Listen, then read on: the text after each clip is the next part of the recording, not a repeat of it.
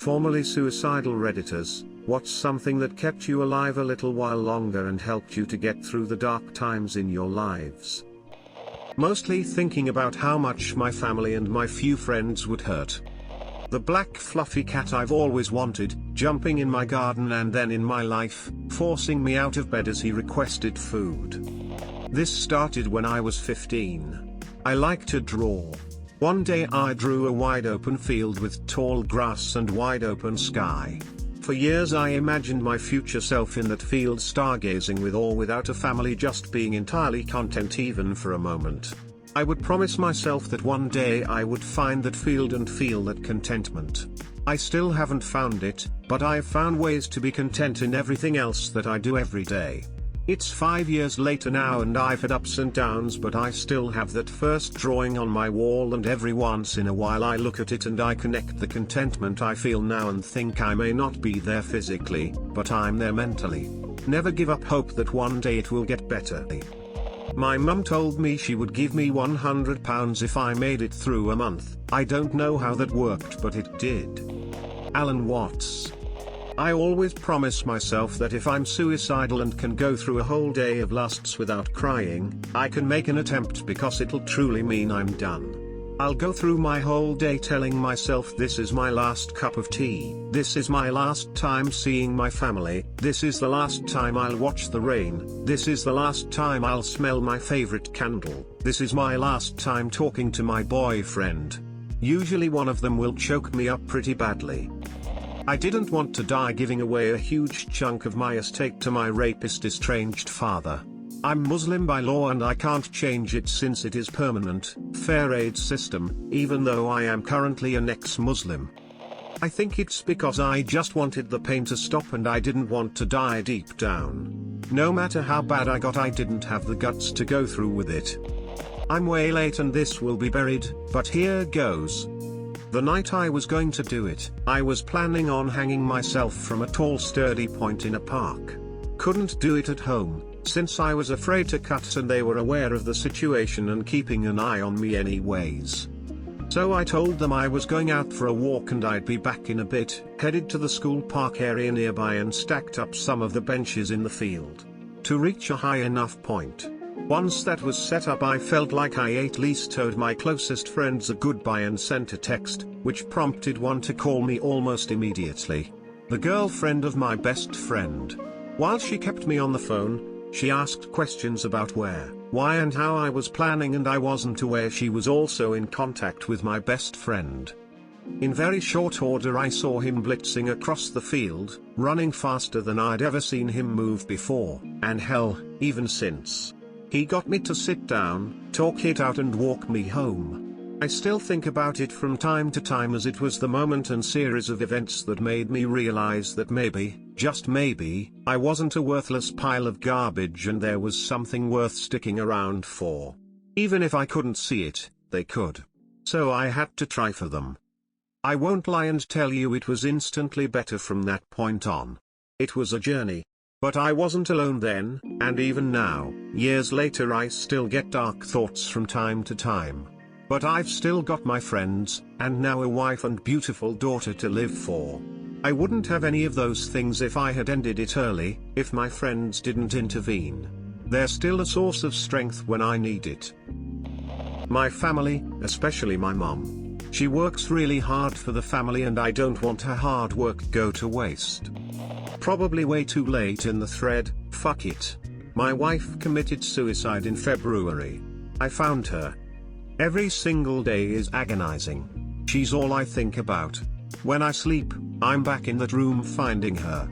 I'm so angry all the time, often I don't even have something concrete to be angry about. I've alienated myself from some of my closest friends, and really all I do is work. I spent the first few months trying to smoke myself into oblivion. That didn't work. I tried therapy, that didn't work. I've tried talking to people and that doesn't really help. I'm 28, my birthday was right at the end of August. It hit me then, that this my life from here on. She's going to be 24 in my head forever, I'm going to keep getting older. I wondered, if, when I'm say 50, will I still feel this way? Will I always be haunted by what she did? I can't seem to bring myself to actually care about anything anymore, it's all autopilot. I can't even bring myself to visit her grave. I hate being me.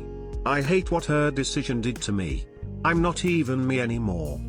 When I found her, I wanted to take the gun out of her hand and plug myself.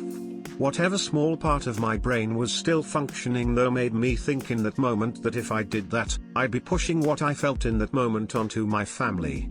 My mom specifically. That's why I haven't, and won't do it. Because I know exactly what it does to people and I can't bring myself to do that to anyone. My cat was the same.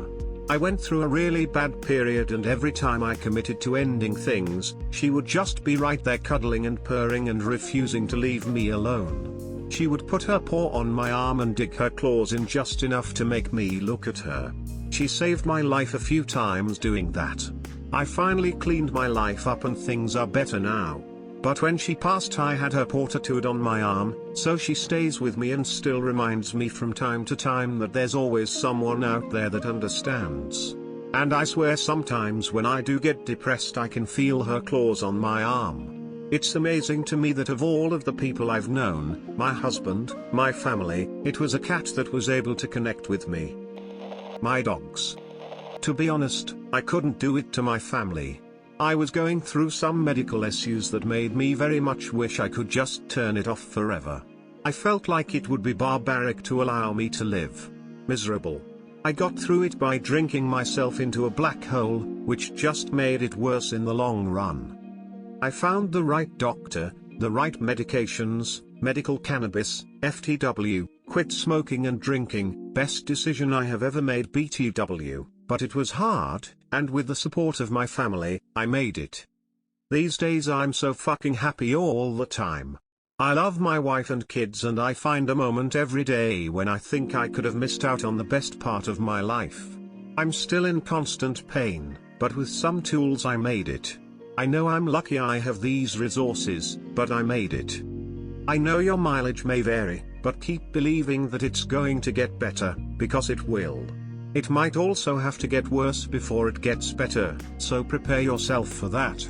We have a tendency to think we're the finished product and forget that we are always changing and the way you are now isn't the way you've always been, and it's not how you always will be. You can get through it. For a long time it was just the supposed guilt of making people sad if I died. Then the trailer for Animal Crossing New Horizons came out and my friend was super excited for it. So I decided to live until that day guaranteed. Then I got a boyfriend roughly a month before the game released and I've been super happy so far. I play the game and talk about it with friends and my boyfriend helps feed me when I forget to exist. Everything just kinda fell into place for me when I suddenly decided to actively exist. I'm pretty lucky. 1. Living. 2. Nothing to live for. 3. We are all so unfathomably insignificant. We don't matter. I serve no purpose. It's purely and only a bitter cycle. Hopefully the invitation is open to others who feel the same as op. I was planning on stabbing a knife into my heart so my mother could have an open casket. It's such an honest sadness to say the only reason so many of us are still here is because there's those we don't want or hurt. I don't want them to feel as and insignificant. And worthless.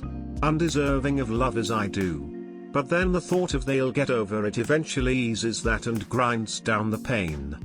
At this point, I'm ranting. My volunteering as a firefighter and as a paramedic gave me a reason. My mom. She doesn't know that I've suicidal ideation, but whenever I get one I cry and tell myself, she deserves so much in her life and you can give her that. My nieces and nephews. They are the ones who I couldn't leave. I loved them so much I couldn't let them have to live without me. My mom and dad and sister. I couldn't let them live with the void of me. My future is still bright even if there's a cloud right now in the way of the light. I honestly don't know. I've asked myself that question hundreds if not thousands of times. What I've learned over my years is to not take your life so personal. Also to appreciate the bad days, so then when you have good days you can differentiate them from each other and appreciate the good way more. There's a certain beauty to life's miseries and pain. Just enjoy the ride. Try to be a good person and love not only people but yourself. I know one thing's for sure, that God has helped me tremendously. Evolution is key. What is real will prosper. Take care and God bless.